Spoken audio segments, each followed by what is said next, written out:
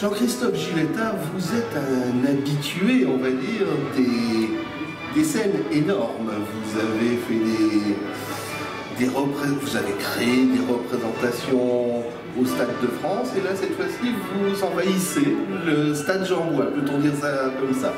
Alors envahir, je ne sais pas si on peut dire ça comme ça, mais en tout cas, oui, je suis un habitué des grands spectacles dans les stades, puisque ça a été ma mission pendant plus de 15 ans, de créer des grands spectacles pour le compte du Stade de France. Donc maintenant, je mets simplement cette compétence à la disposition d'autres stades. On démarre avec Paris cette année, mais probablement dans les années suivront également Lyon, Marseille en France et d'autres stades à l'international. C'est un petit peu l'objectif d'amener ces spectacles auprès d'un public qui n'est pas forcément connaisseur, auprès d'un public qui pense qu'un théâtre ou une salle d'opéra, c'est pas fait pour lui, alors que dans un stade, c'est quand même plus accessible. Comment choisissez-vous les spectacles que vous allez montrer dans ces lieux immenses? Alors, on choisit vraiment des œuvres qui sont les plus populaires. Donc le Lac des Cygnes, c'est le ballet le plus joué au monde. Suivront Aïda de Verdi en 2021, Carmen en 2022, Les 4 saisons de Vivaldi en 2023 et La Nuit de Beethoven en 2024. Donc on reste sur des œuvres extrêmement populaires dont tout le monde connaît la musique. Donc voilà, le choix il se porte avant tout sur les œuvres populaires. Œuvres populaires, mais il faut aussi, et dans le cas particulièrement du ballet, une danseuse qui soit exceptionnelle. On essaie en effet de réunir dans tous les aspects, que ce soit technique, artistique, logistique, vraiment les meilleurs dans le domaine. En l'occurrence, pour le ballet, le choix qui s'est porté sur le Saint-Pétersbourg Ballet Theater, voilà, que je connais, que j'ai vu danser, notamment leur étoile, Irina, qui est absolument exceptionnelle. Et je ne le dis pas parce qu'elle viendra danser chez nous, mais je crois que les journalistes du monde entier, chaque fois qu'elle passe sur une scène internationale, s'extasient devant sa dextérité, devant sa grâce.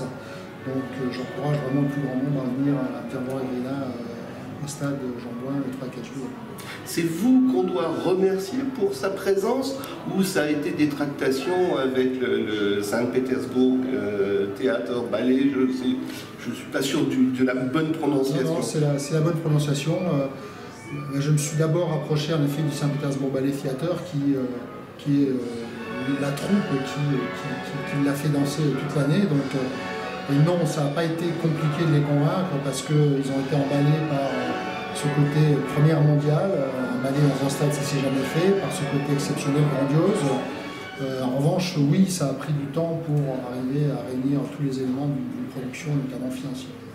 Quels sont justement les éléments les plus importants à réunir, à part le financier? Les éléments les plus importants sont les meilleurs prestataires techniques, les meilleurs prestataires artistiques, une équipe de production qui était avec moi, qui sont des collaborateurs qui étaient déjà avec moi à l'époque au Stade de France, donc qui connaissent parfaitement leur métier et dans lesquels j'ai une confiance absolue. Vous avez beaucoup de collaborateurs qui travaillent avec vous sur ces projets?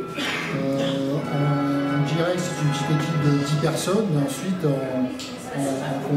au total, on l'a dit, ce sera à peu près 150 personnes. Je pense que le soir même seront mobilisés uniquement pour la partie spectacle. La partie spectacle, on va parler aussi de la billetterie. La billetterie est ouverte, on peut trouver déjà des places, vous connaissez les tarifs? La billetterie est ouverte, donc soit à la FNAC, soit sur les réseaux de vente Ticketmasters, mais également sur notre site qui est xxlive.fr. On propose des billets à 39 € pour le prix d'entrée, donc c'est extrêmement accessible. Bien entendu, dans les plus grandes catégories, on va jusqu'à 132 €, je crois, mais en tout cas à 39 €. Et si vous avez une carte FNAC ou si vous êtes abonné chez Carrefour ou Leclerc, vous avez droit à un tarif réduit, donc ce 39 € se traduit en 37 €.